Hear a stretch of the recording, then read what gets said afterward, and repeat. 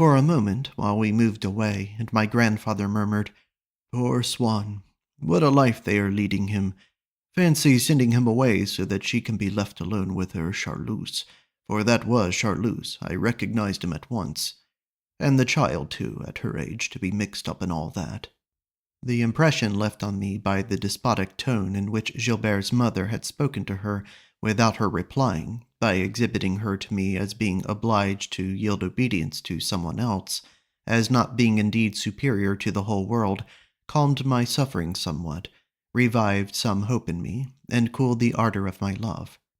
But very soon that love surged up again in me like a reaction by which my humiliated heart was endeavoring to give rise to Gilbert's level, or to draw her down to its own. I loved her. I was sorry not to have had the time and the inspiration to insult her, to do her some injury, to force her to keep some memory of me. I knew her to be so beautiful that I should have liked to be able to retrace my steps so as to shake my fist at her and shout, "I think you are hideous, grotesque. You are utterly disgusting." However, I walked away, carrying with me, then and forever afterwards, as the first illustration of a type of happiness, rendered inaccessible to a little boy of my kind by certain laws of nature which it was impossible to transgress, the picture of a little girl with reddish hair, and a skin freckled with tiny pink marks, who held a trowel in her hand, and smiled as she directed me towards a long and subtle and inexpressive stare. And already the charm with which her name, like a cloud of incense, had filled that archway in the pink hawthorn, through which she and I had, together, heard its sound, was beginning to conquer, to cover, to embalm, to beautify everything with which it had any association. Her grandparents, whom my own had been so unspeakably fortunate as to know, the glorious profession of a stockholder, even the melancholy neighborhood of the Champs-Élysées, where she lived in Paris. "Leonie," said my grandfather on our return, "I wish you had been with us this afternoon. You would have never known Tansonville. If I had the courage, I would have cut you a branch of that pink hawthorn you used to like so much." And so my grandfather told her the story of our walk, either just to amuse her, or perhaps because there was still some hope that she might be stimulated to rise from her bed and to go out of doors. For in earlier days she had been very fond of Tansonville, and moreover Swann's visits had been the last that she had continued to receive, at a time when she had already closed her doors to all the world. And just as, when he called in these later days to inquire for her, and she was still the only person in our household whom he would ask to see, she would send down to say that she was tired at the moment and resting, but that she would be happy to see him another time. So this evening she said to my grandfather, "Yes, some day when the weather is fine I shall go for a drive as far as the gate of the park." And in saying this she was quite sincere. She would have liked to see Swann and Tansonville again, but the mere wish to do so sufficed for all that remained of her strength, which its fulfillment would have more than exhausted. Sometimes a spell of fine weather made her a little more energetic. She would rise and put on her clothes,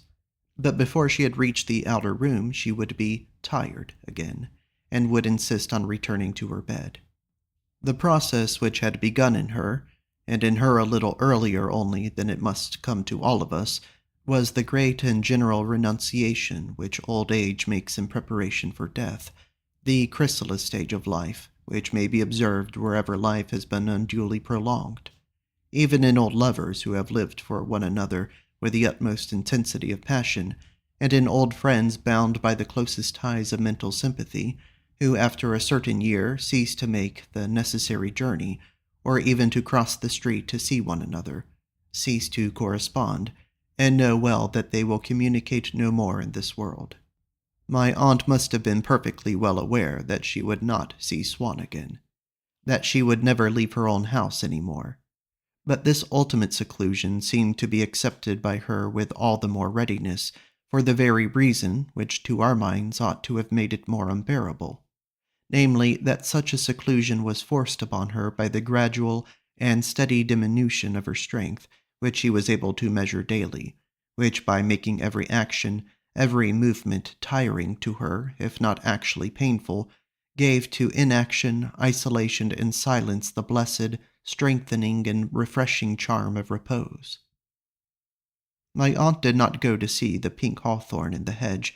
but all the hours of the day I would ask the rest of my family whether she was not going to go, whether she was used not at one time to go to Tansonville, trying to make them speak of Mademoiselle Swann's parents and grandparents, whom appeared to me to be the great and glorious gods.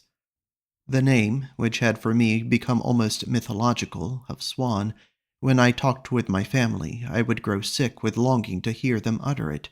I dared not pronounce it myself, but I would draw them into a discussion of matters which led naturally to Gilbert and her family, in which she was involved, in speaking of which I would feel myself not too remotely banished from her company.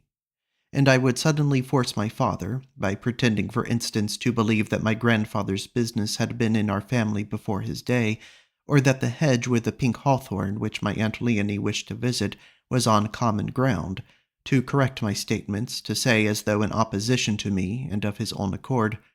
"No, no, the business belonged to Swann's father. That hedge is part of Swann's park."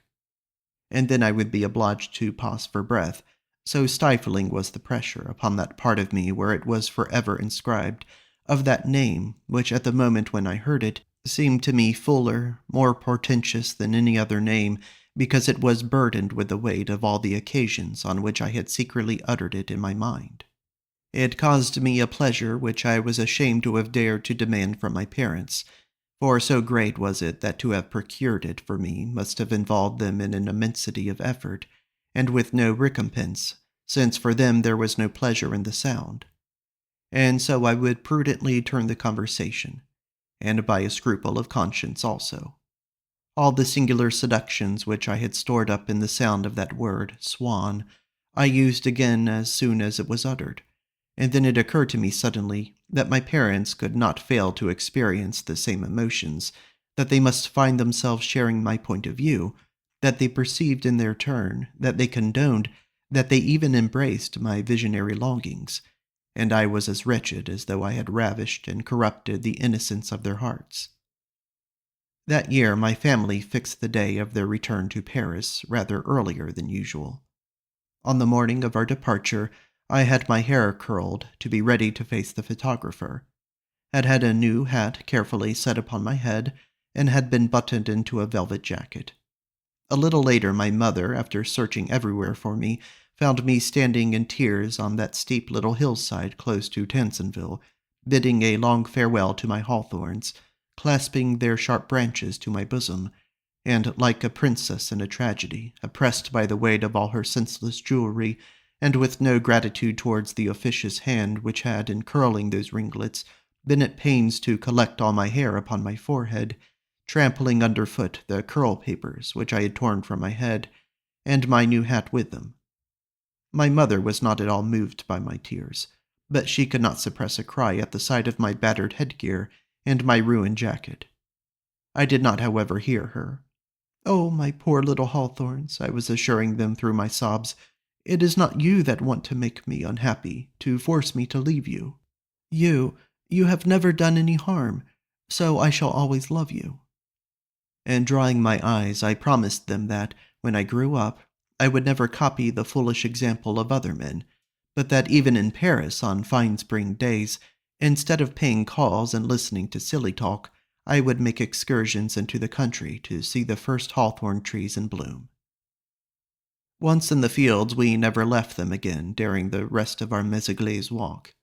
They were perpetually crossed, as though by invisible streams of traffic, by the wind, which was to me the tutelary genius of Combray. Every year on the day of our arrival, in order to feel that I was really at Combray, I would climb the hill to find it running again through my clothing, and setting me running in its wake.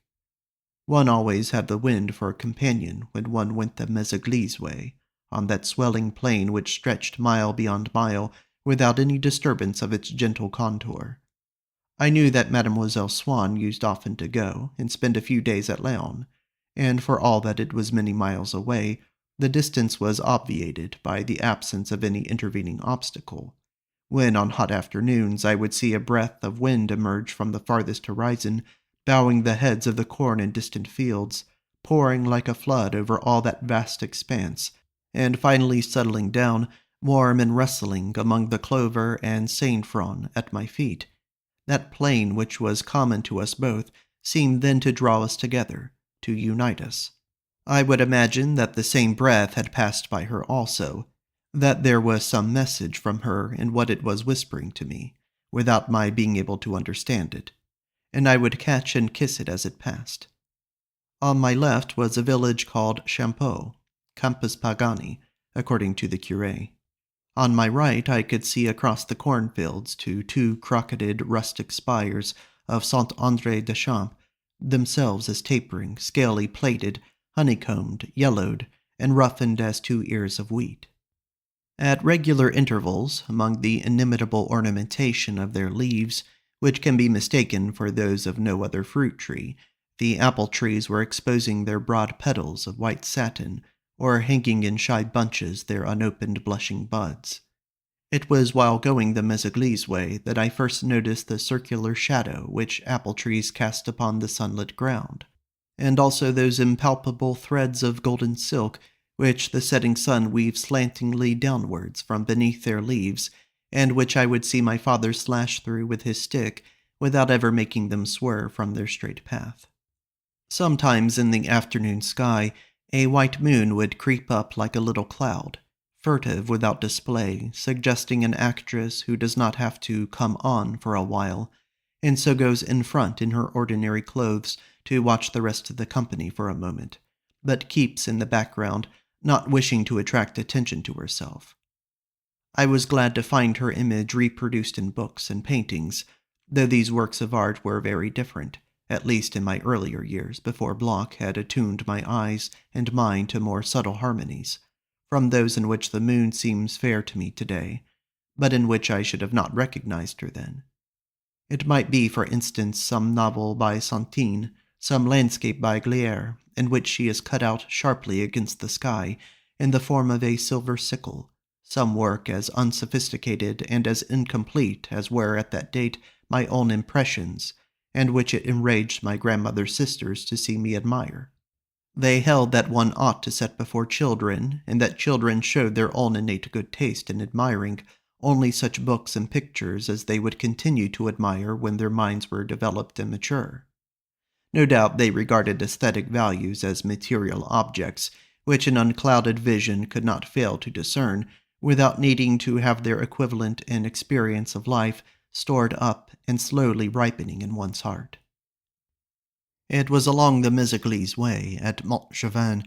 a house built on the edge of a large pond and overlooked by a steep, shrub-grown hill, that Monsieur Vinteuil lived. And so we used often to meet his daughter driving her dog-cart at full speed along the road. After a certain year we never saw her alone, but always accompanied by a friend, a girl older than herself, with an evil reputation in the neighborhood, who in the end installed herself permanently one day at Montjevin. People said, "That poor Monsieur Vinteuil must be blinded by love not to see what everyone is talking about, and to let his daughter, a man who is horrified if you use a word in the wrong sense, bring a woman like that to live under his roof. He says that she is a most superior woman, with a heart of gold, and that she would have shown extraordinary musical talent if she had only been trained. He may be sure it is not music that she is teaching his daughter." But Monsieur Vinteuil assured them that it was, and indeed it is remarkable that people never fail to arouse admiration of their normal qualities in the relatives of anyone with whom they are in physical intercourse. Bodily passion, which has been so unjustly decried, compels its victims to display every vestige that is in them of selfishness and generosity, and so effectively that they shine resplendent in the eyes of all beholders.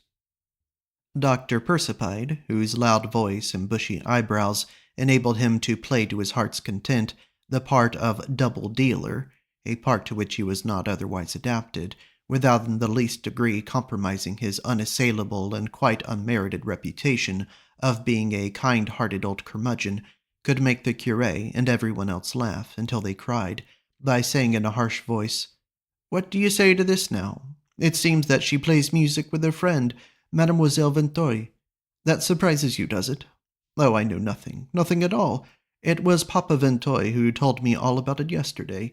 After all, she was every right to be fond of music, that girl. I should never dream of thwarting the artistic vocation of a child, nor Vinteuil either, it seems. And then he plays music, too, with his daughter's friend. Why, gracious heavens, it must be a regular musical box, that house out there. What are you laughing at? I say they've been playing too much music, those people. I met Papa Vinteuil the other day by the cemetery. It was all he could do to keep on his feet. Anyone who, like ourselves, had seen Monsieur Vinteuil about this time, avoiding people whom he knew, and turning away as soon as he caught sight of them, changed in a few months into an old man, engulfed in a sea of sorrows, incapable of any effort not directly aimed at promoting his daughter's happiness, spending whole days beside his wife's grave, could hardly have failed to realize that he was gradually dying of a broken heart,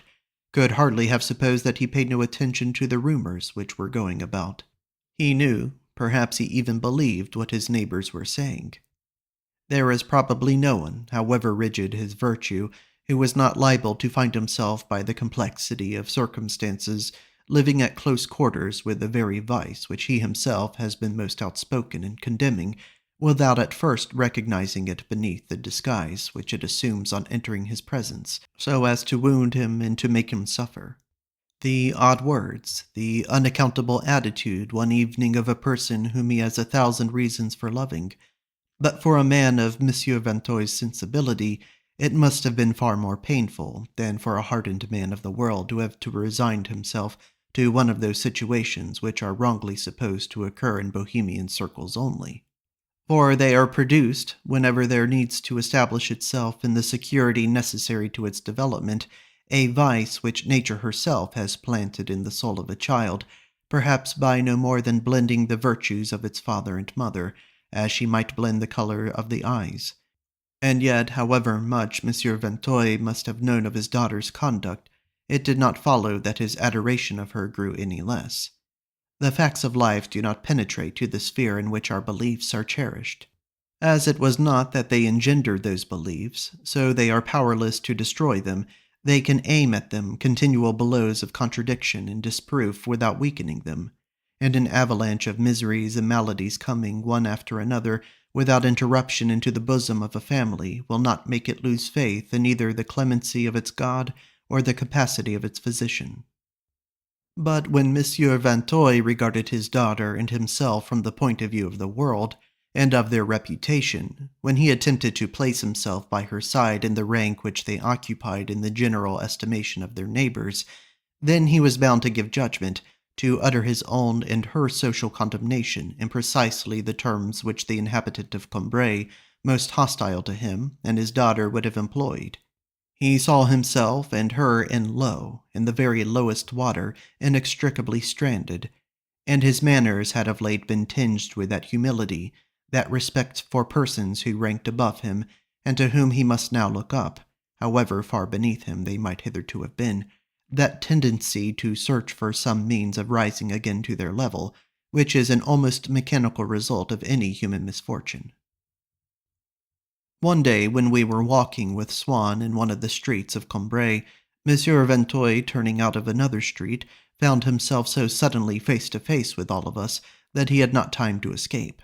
And Swann, with that almost arrogant charity of a man of the world, who, amid the dissolution of all his own moral prejudices, finds in another's shame merely a reason for treating him with a friendly benevolence, the outward signs of which serve to enhance and gratify the self-esteem of the bestower, because he feels that they are all the more precious to him upon whom they are bestowed, conversed at great length with Monsieur Vinteuil, with whom for a long time he had been barely on speaking terms, and invited him, before leaving us, to send his daughter over one day to play at Tansonville. It was an invitation which 2 years earlier would have enraged Monsieur Vinteuil, but which now filled him with so much gratitude that he felt himself obliged to refrain from the indiscretion of accepting. Swann's friendly regard for his daughter seemed to him to be in itself so honorable, so precious a support for his cause, that he felt it would perhaps be better to make no use of it, so as to have the wholly Platonic satisfaction of keeping it in reserve. "What a charming man," he said to us after Swann had gone, with the same enthusiasm and veneration which make clever and pretty women of the middle classes fall victim to the physical and intellectual charms of a duchess, even though she be ugly and a fool. "What a charming man! What a pity that he should have had such a deplorable marriage." And then so strong an element of hypocrisy is there in even the most sincere of men, who cast off while they are talking to anyone the opinion they actually hold of him and will express when he is no longer there. My family joined with Monsieur Vinteuil in deploring Swann's marriage, invoking principles and conventions which, all the more because they invoked them in common with him, as though we were all thorough good fellows of the same sort, they appeared to suggest were in no way infringed at Montjevin. Monsieur Vinteuil did not send his daughter to visit Swann, an omission which Swann was the first to regret. For constantly after meeting Monsieur Vinteuil, he would remember that he had been meaning for a long time to ask him about some one of the same name as himself, one of his relatives, Swann supposed. And on this occasion he determined that he would not forget what he had to say to him when Monsieur Vinteuil should appear with his daughter at Tansonville. Since the Méséglise way was the shorter of the two that we used to take for our walks around Combray, and for that reason was reserved for days of uncertain weather, it followed that the climate of Méséglise showed an unduly high rainfall, and we would never lose sight of the fringe of Roussainville wood, so that we would at any moment run for shelter beneath its dense thatch of leaves. Often the sun would disappear behind a cloud which impinged on its roundness, but whose edge the sun gilded in return. The brightness, though not of the light of day, would then be shut off from a landscape in which all life appeared to be suspended, while the little village of Roussainville carved in relief upon the sky the white mass of its gables with a startling precision of detail. A gust of wind blew from its perch a rook, which floated away and settled in the distance, while beneath a paling sky the woods on the horizon assumed a deeper tone of blue, as though they were painted in one of those cameos which you will still find decorating the walls of old houses. But on other days would begin to fall the rain, of which we had due warning from the little barometer figure which the spectacle maker hung out in his doorway. Its drops, like migrating birds which fly off in a body at a given moment, would come down out of the sky in close marching order. They would never drift apart, would make no movement at random in their rapid course, but each one keeping in its place would draw after it the drop which was following, and the sky would be as greatly darkened as by the swallows flying south. We would take refuge among the trees, and when it seemed that their flight was accomplished, a few last drops, feebler and slower than the rest, would still come down. But we would emerge from our shelter, for the rain was playing a game now among the branches, and even when it was almost dry again underfoot, a stray drop or two, lingering in the hollow of a leaf, would run down and hang glistening from that point of it until suddenly it splashed plump upon our upturned faces from the whole height of the tree. Often, too, we would hurry for shelter, tumbling in among all its stony saints and patriarchs into the porch of Saint André des Champs. How typically French that church was. Over its door the saints, the kings of chivalry with lilies in their hands, the wedding scenes and funerals were carved as they might have been in the mind of Françoise. The sculptor had also recorded certain anecdotes of Aristotle and Virgil, precisely as Françoise in her kitchen would break into speech about Saint Louis, as though she herself had known him, generally in order to depreciate, by contrast with him, my grandparents, whom she considered less righteous. One could see that the ideas which the medieval artist and the medieval peasant, whom had survived to cook for us in the 19th century, had of classical and of early Christian history, ideas whose inaccuracy was atoned for by their honest simplicity, were derived not from books, but from a tradition at once ancient and direct, unbroken, oral, degraded, unrecognizable, and alive.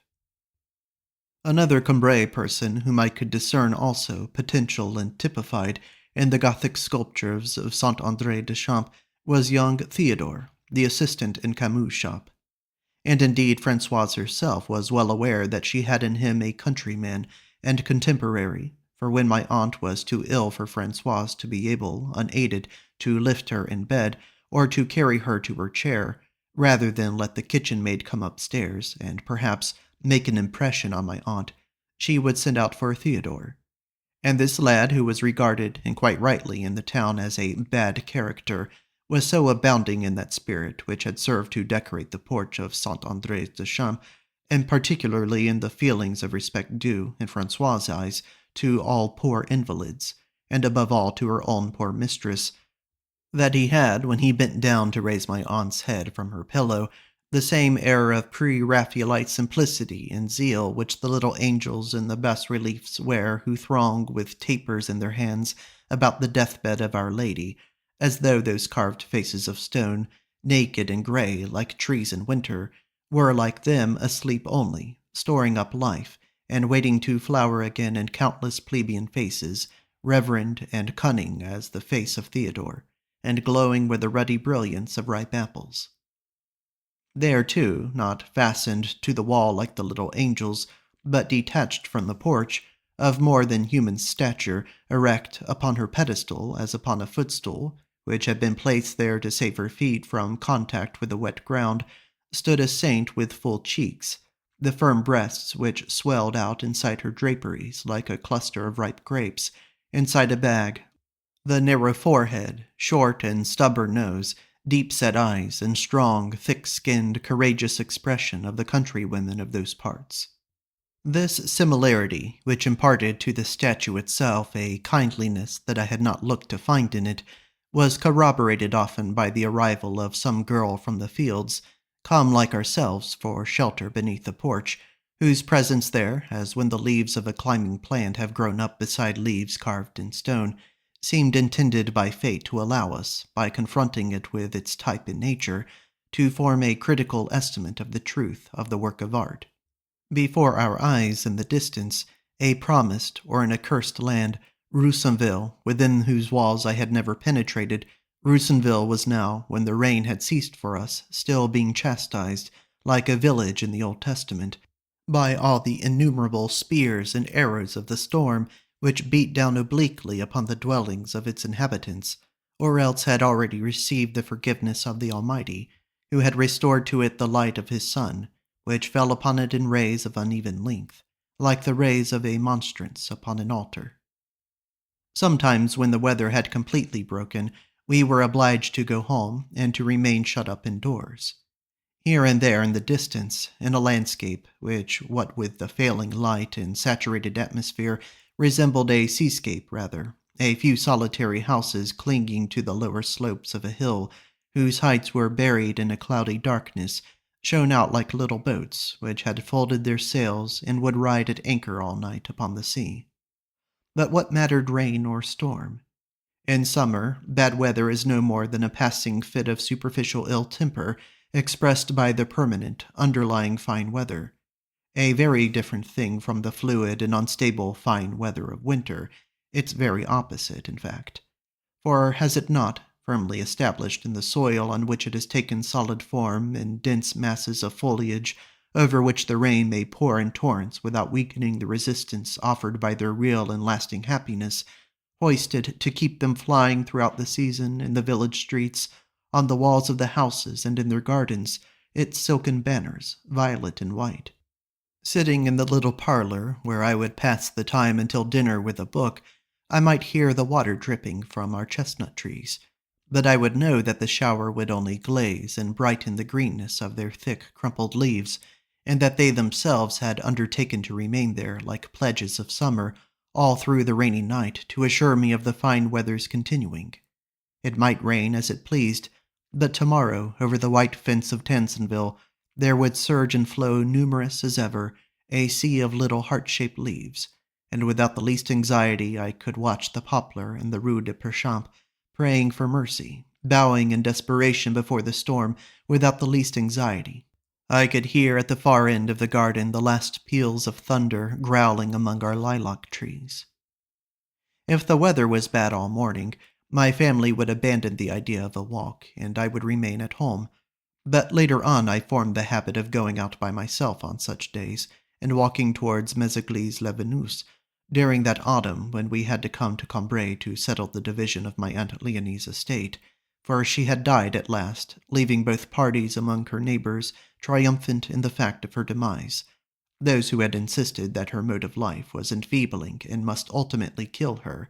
and equally those who had always maintained that she suffered from some disease not imaginary but organic, by the visible proof of which the most skeptical would be obliged to own themselves convinced, once she had succumbed to it, causing no intense grief to any save one of her survivors, but to that one a grief savage in its violence.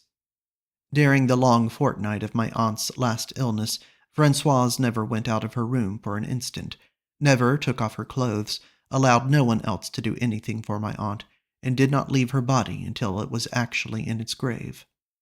Then, at last, we understood that the sort of terror in which Francoise had lived of my aunt's harsh words, her suspicions and her anger, had developed in her a sentiment which we had mistaken for hatred, and which was really veneration and love. Her true mistress, whose decisions it had been impossible to foresee, from whose stratagems it had been so hard to escape, of whose good nature it had been so easy to take advantage, her sovereign, her mysterious and omnipotent monarch was no more. Compared with such a mistress, we counted for very little. The time had long passed when, on our first coming to spend our holidays at Combray, we had been of equal importance, in Francois' eyes, with my aunt. During that autumn, my parents, finding the days so fully occupied with the legal formalities that had to be gone through, and discussions with solicitors and farmers, that they had little time for walks which, as it happened, the weather made precarious, began to let me go without them along the Méséglise way, wrapped up in a huge Highland plaid, which protected me from the rain, and which I was all the more ready to throw over my shoulders, because I felt that the stripes of its gaudy tartan scandalized Francoise, whom it was impossible to convince that the color of one's clothes had nothing whatever to do with one's mourning for the dead, and to whom the grief which we had shown on my aunt's death was wholly unsatisfactory, since we had not entertained the neighbors to a great funeral banquet, and did not adopt a special tone when we spoke of her, while I at times might be heard humming a tune. I am sure that in a book, and to that extent my feelings were closely akin to those of Francoise, such a conception of mourning, in the manner of Chanson de Roland and of the porch of Saint-André des Champs, would have seemed most attractive. But the moment that Francoise herself approached, some point at which they might rest exposed to the light of day rather than submit to a slow and difficult course of elucidation, found it easier and more pleasant to drift into an immediate outlet. And so it is that the bulk of what appear to be the emotional renderings of our inmost sensations do no more than relieve us of the burden of those sensations by allowing them to escape from us in an indistinct form, which does not teach us how it should be interpreted. When I attempt to reckon up all that I owe to the Méséglise way, all the humble discoveries of which it was either the accidental setting or the direct inspiration and cause, I am reminded that it was in that same autumn, on one of those walks near the bushy precipice which guarded Montjevin from the rear, that I was struck for the first time by this lack of harmony between our impressions and their normal forms of expression. After an hour of rain and wind against which I had put up a brisk fight, as I came to the edge of the Montjevin pond and reached a little hut roofed with tiles in which Monsieur Vinteuil's gardener kept his tools, the sun shone out again, and its golden rays, washed clean by the shower, blazed once more in the sky, on the trees on the wall of the hut, and on the still wet tiles of the roof, which had a chicken perching upon its ridge. The wind pulled out sideways the wild grass that grew in the wall, and the chicken's downy feathers, both of which things let themselves float upon the wind's breath to their full extent, with the unresisting submissiveness of light and lifeless matter. The tiled roof cast upon the pond, whose reflections were now clear again in the sunlight, a square of pink marble, the like of which I had never observed before, and seeing upon the water, where it reflected the wall, a pallid smile responding to the smiling sky, I cried aloud in my enthusiasm, brandishing my furled umbrella, "Damn! Damn! Damn!" But at the same time I felt that I was in duty bound not to content myself with these unilluminating words, but to endeavor to see more clearly into the sources of my enjoyment. And it was at that moment, too, thanks to a peasant who went past, apparently in a bad enough humor already, but more so when he nearly received my umbrella in his face, and who replied without any cordiality to my "Fine day, what? Good to be out walking," that I learned that identical emotions do not spring up in the hearts of all men simultaneously by a pre-established order. Later on, I discovered that whenever I had read for too long and was in a mood for conversation, the friend to whom I would be burning to say something would at that moment have finished indulging himself in the delights of conversation and wanted nothing now than to be left to read undisturbed. And if I had been thinking with affection of my parents, and forming the most sensible and proper plans for giving them pleasure, they would have been using the same interval of time to discover some misdeed that I had already forgotten, and would begin to scold me severely, just as I flung myself upon them with a kiss. Sometimes to the exhilaration which I derived from being alone would be added an alternative feeling, so that I could not be clear in my mind to which I should give the casting vote. A feeling stimulated by the desire to see rise upon my eyes a peasant girl whom I might clasp in my arms. Coming abruptly, without giving me time to trace it accurately to its source among so many ideas of a very different kind, the pleasure which accompanied this desire seemed only a degree superior to what was given me by my other thoughts. I found an additional merit in everything that was in my mind at that moment, in the pink reflection of the tiled roof, the wild grass in the wall, the village of Roussainville, into which I had long desired to penetrate, the trees of its wood and the steeple of its church, created in them by this fresh emotion, which made them appear more desirable only because I thought it was they that had provoked it,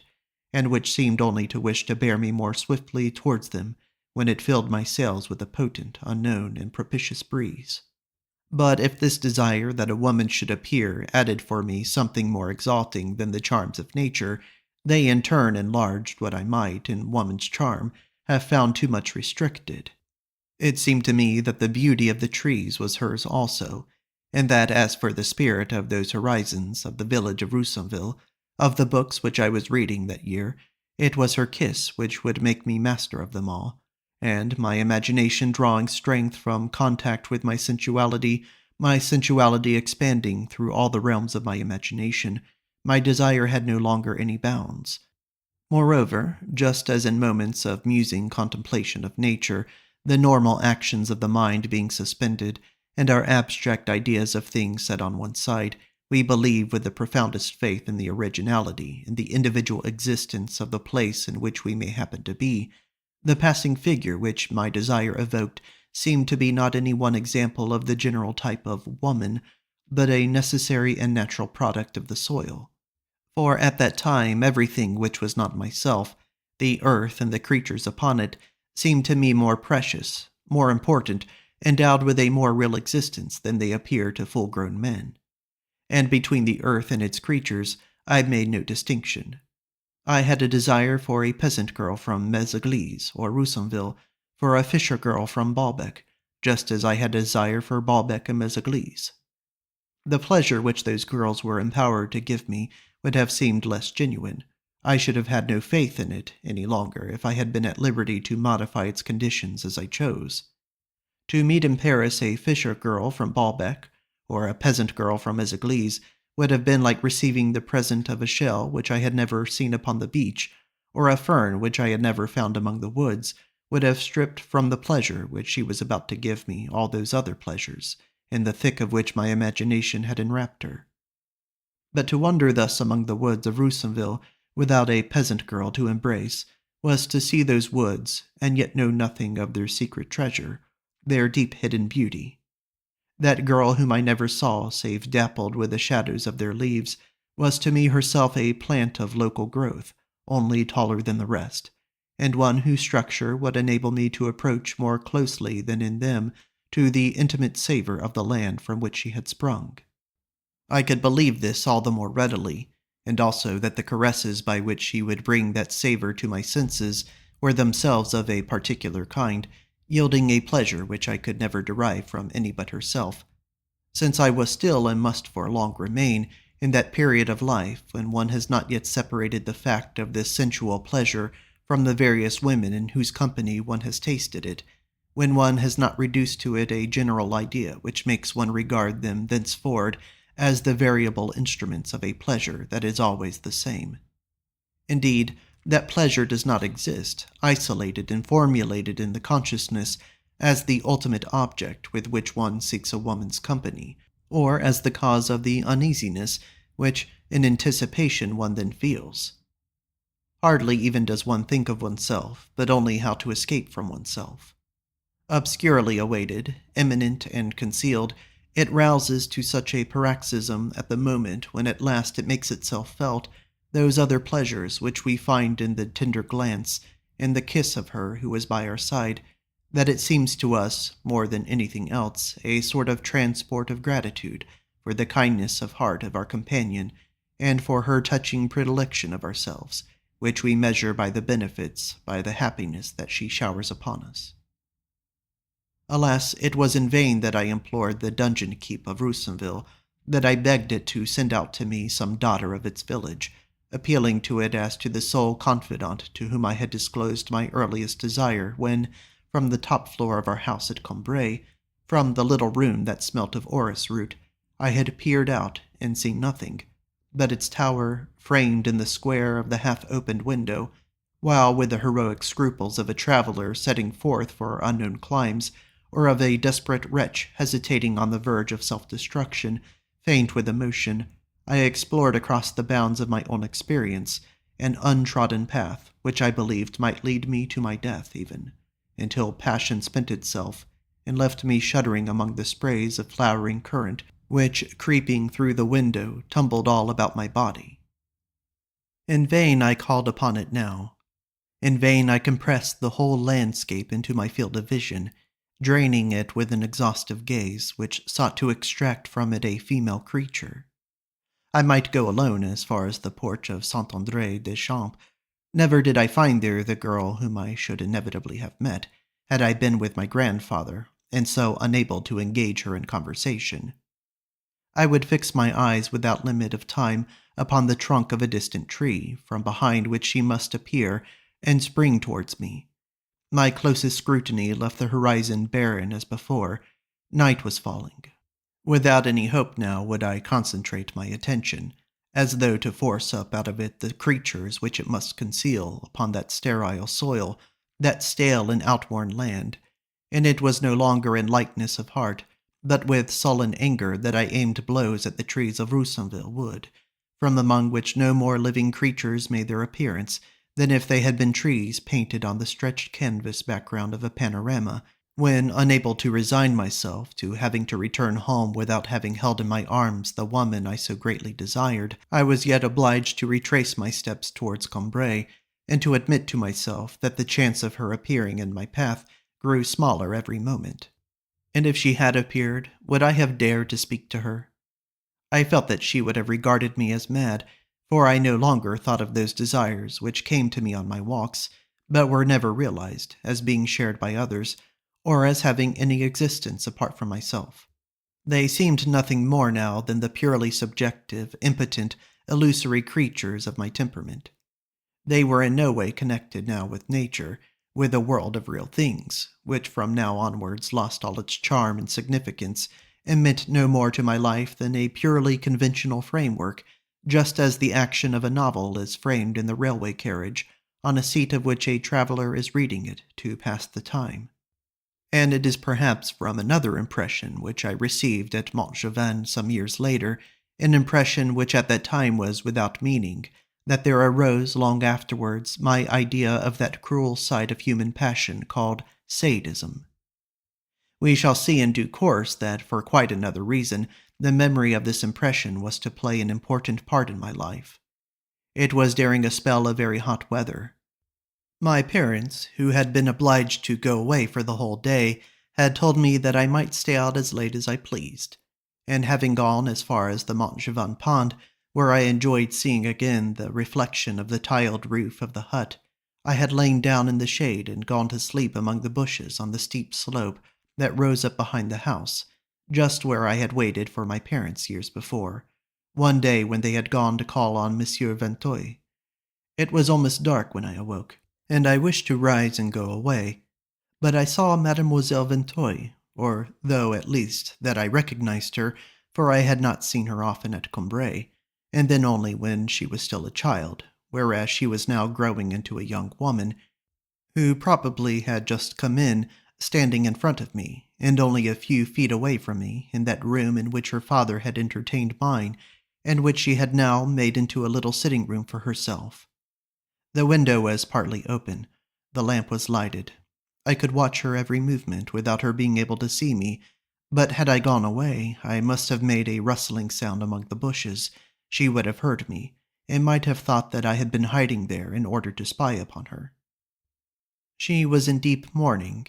for her father had but lately died. We had not gone to see her. My mother had not cared to go, on account of that virtue which alone in her fixed any bounds to her benevolence, namely modesty, that she pitied the girl from the depths of her heart. My mother had not forgotten the sad end of Monsieur Vinteuil's life, his complete absorption, first in having to play both mother and nursery maid to his daughter, and later in the suffering which she had caused him. She could see the tortured expression which was never absent from the old man's face in those terrible last years. She knew that he had definitely abandoned the task of transcribing in fair copies the whole of his later work, the poor little pieces we imagined of an old music-master, a retired village organist, which we assumed were of little or no value in themselves, though we did not despise them, because they were of such great value to him and had been the chief motive of his life before he sacrificed them to his daughter. Pieces which, being mostly not even written down, but recorded only in his memory, while the rest were scribbled on loose sheets of paper and quite illegible, must now remain unknown forever. My mother thought also of that other and still more cruel renunciation to which Monsieur Vinteuil had been driven, that of seeing the girl happily settled, with an honest and respectable future. When she called to mind all this utter and crushing misery that had come upon my aunt's old music-master, she was moved to very real grief, and shuddered to think of that other grief, so different in its bitterness, which Mademoiselle Vinteuil must now be feeling, tinged with remorse at having virtually killed her father. "Poor Monsieur Vinteuil," my mother would say, "he lived for his daughter, and now he has died for her without getting his reward. Will he get it now, I wonder, and in what form? It can only come to him from her." At the far end of Mademoiselle Vinteuil's sitting-room, on the mantelpiece, stood a small photograph of her father, which she went briskly to fetch, just as the sound of carriage wheels was heard from the road outside, then flung herself down on a sofa, and drew close beside her a little table on which she placed the photograph, just as long ago Monsieur Vinteuil had placed beside him the piece of music which he would have liked to play over to my parents. And then her friend came in. Mademoiselle Vinteuil greeted her without rising, clasping her hands behind her head, and drew her body to one side of the sofa, as though to make room.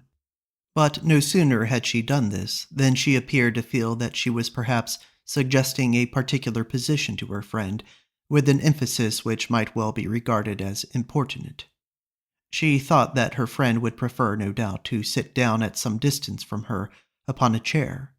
She felt that she had been indiscreet.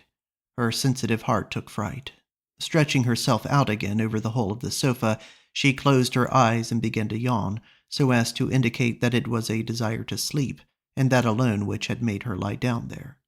Despite the rude and hectoring familiarity with which she treated her companion, I could recognize in her the obsequious, reticent advances, the abrupt scruples and restraints which had characterized her father. Presently she rose and came to the window, where she pretended to be trying to close the shutters, and not succeeding. "Leave them open," said her friend. "I'm hot." "But it's too dreadful. People will see us," Mademoiselle Vinteuil answered. And then she guessed, probably, that her friend would think that she had uttered these words simply in order to provoke a reply in certain other words, which she seemed indeed to wish to hear spoken, but from prudence would let her friend be the first to speak. And so, although I could not see her face clearly enough, I am sure that the expression must have appeared on it, which my grandmother had once found so delightful, when she hastily went on, "When I say see us, I mean, of course, see us reading. It's so dreadful to think that in every trivial little thing you do, someone may be overlooking you. With the instinctive generosity of her nature, a courtesy beyond her control, she refrained from uttering the studied words which she had felt were indispensable for the full realization of her desire. And perpetually, in the depths of her being, a shy and suppliant maiden would kneel before the other element. The old campaigner, battered but triumphant, would intercede with him and oblige him to retire. "Oh, yes, it is so extremely likely that people are looking at us at this time of night in this densely populated district," said her friend, with bitter irony. "And what if they are?" she went on, feeling bound to annotate with a malicious yet affectionate wink these words which she was repeating out of good nature, like a lesson prepared beforehand, which she knew it would please Mademoiselle Vinteuil to hear. "And what if they are? All the better that they should see us." Mademoiselle Vinteuil shuddered and rose to her feet. In her sensitive and scrupulous heart, she was ignorant what words ought to flow spontaneously from her lips, so as to produce the scene for which her eager senses clamored.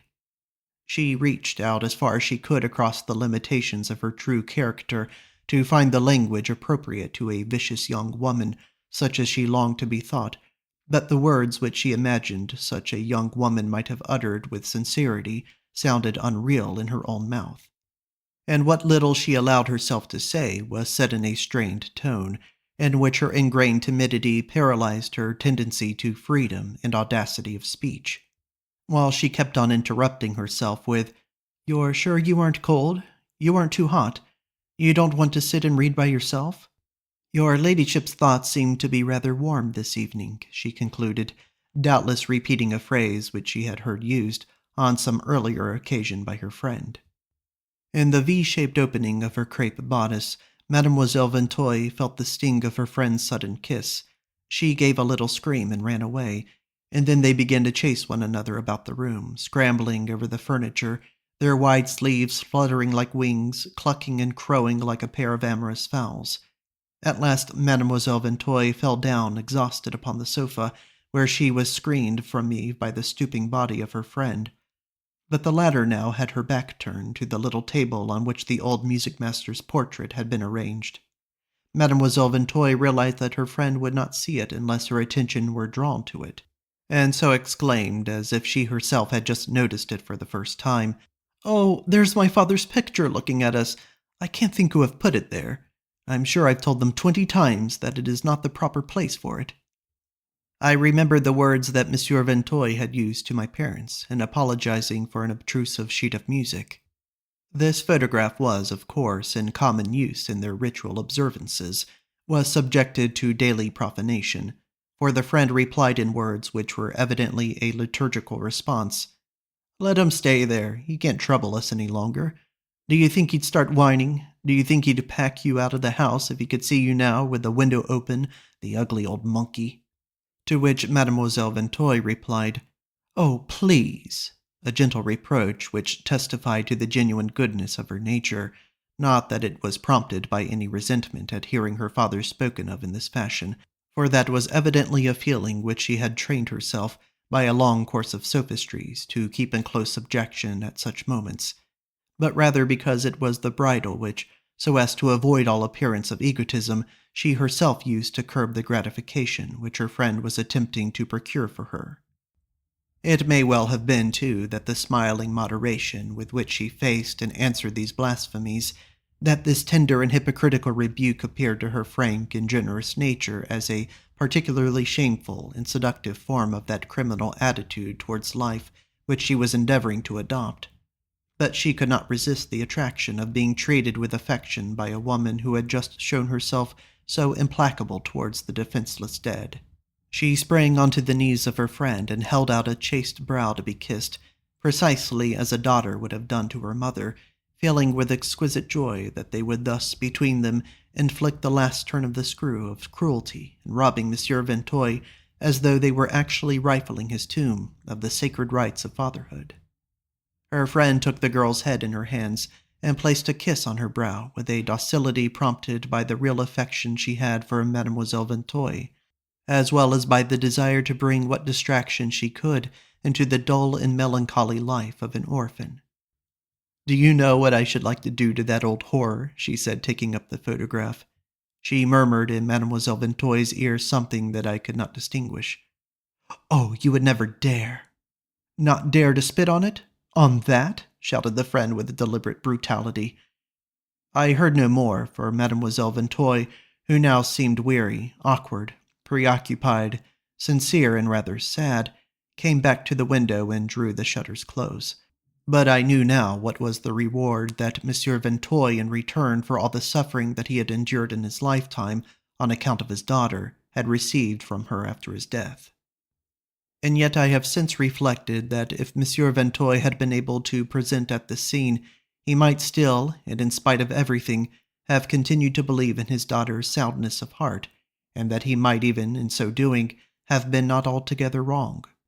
It was true that in all Mademoiselle Vinteuil's actions, the appearance of evil was so strong and so consistent that it would have been hard to find it exhibited in such completeness, save in what is nowadays called a sadist. It is behind the footlights of a Paris theater, and not under the homely lamp of an actual country house, that one expects to see a girl leading her friend on to spit upon the portrait of a father who has lived and died for nothing and no one but herself. And when we find in real life a desire for melodramatic effect, it is generally the sadic instinct that is responsible for it. It is possible that, without being in the least inclined towards sadism, a girl might have shown the same outrageous cruelty as Mademoiselle Vinteuil in desecrating the memory and defying the wishes of her dead father, but she would not have given them deliberate expression in an act so crude in its symbolism, so lacking in subtlety. The criminal element in her behavior would have been less evident to other people, and even to herself, since she would not have admitted to herself that she was doing wrong. But appearances apart, in Mademoiselle Vinteuil's soul, at least in the earlier stages, the evil element was probably not unmixed. A sadist of her kind is an artist in evil, which a wholly wicked person could not be, for in that case the evil would not have been external. It would have seemed quite natural to her, and would not even have been distinguishable from herself. And as for virtue, respect for the dead, filial obedience, since she would have never practiced the cult of these things, she would have taken no impious delight in their profanation. Sadists of Mademoiselle Vinteuil's sort are creatures so purely sentimental, so virtuous by nature, that even sensual pleasure appears to them as something bad, a privilege reserved for the wicked. And when they allow themselves for a moment to enjoy it, they endeavor to impersonate, to assume all the outward appearance of wicked people, for themselves and their partners in guilt, so as to gain the momentary illusion of having escaped beyond the control of their own gentle and scrupulous natures into the inhuman world of pleasure. And I could understand how she must have longed for such an escape when I realized that it was impossible for her to effect it. At the moment when she wished to be thought the very antithesis of her father, what she at once suggested to me were the mannerisms in thought and speech of the poor old music-master. Indeed, his photograph was nothing. What she really desecrated, what she corrupted into ministering to her pleasures, but what remained between them and her, and prevented her from any direct enjoyment of them, was the likeness between her face and his. His mother's blue eyes, which he had handed down to her, like some trinket to be kept in the family, those little friendly movements and inclinations which set up between the viciousness of Mademoiselle Vinteuil and herself a phraseology, a mentality not designed for vice, which made her regarded as not in any way different from the numberless little social duties and courtesies to which she must devote herself every day. It was not evil that gave her the idea of pleasure, that seemed to her attractive. It was pleasure rather that seemed evil. And as every time that she indulged in it, pleasure came to her attended by evil thoughts, such as ordinarily had no place in her virtuous mind, she came at length to see in pleasure itself something diabolical, to identify it with evil. Perhaps Mademoiselle Vinteuil felt that at heart her friend was not altogether bad, not really sincere when she gave vent to those blasphemous utterances. At any rate, she had the pleasure of receiving those kisses on her brow, Those smiles, those glances, all feigned, perhaps, but akin in their base and vicious mode of expression to those which would have been discernible on the face of a creature formed not out of kindness and long-suffering, but out of self-indulgence and cruelty. She was able to delude herself for a moment into believing that she was indeed amusing herself in the way in which, with so unnatural an accomplice, a girl might amuse herself who really did experience that savage antipathy towards her father's memory. Perhaps she would not have thought of wickedness as a state so rare, so abnormal, so exotic, one which it was so refreshing to visit, had she been able to distinguish in herself, as in all her fellow men and women, that indifference to the sufferings which they cause, which, whatever names else be given it, is the one true, terrible, and lasting form of cruelty.